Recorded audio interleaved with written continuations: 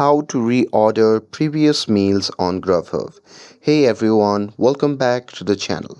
So here, if you're craving the same dish from last week, here is how to quickly reorder your previous meal on Grubhub. So now without further ado, let's get started. So first thing first, open the Grubhub app on your phone and make sure that you're logged into your account.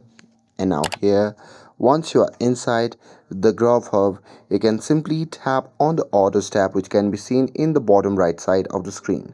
And here, once you tap on it, you'll be prompted to your order section. Now here, once you are in your order section, you can simply scroll through your order history and find the meal that you want to reorder. And here you can just tap on reorder button, and after that all the items from that meal will be added back to your cart immediately.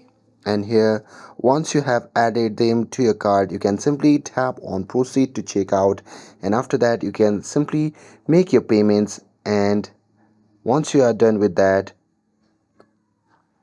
you can just tap on place your order, and boom. Now, reordering your favorite meals on Grubhub is that easy. And with this, if you found this video helpful, then don't forget to like, share, and subscribe to get updated for more videos. Thanks for watching, and I'll see you in the next video.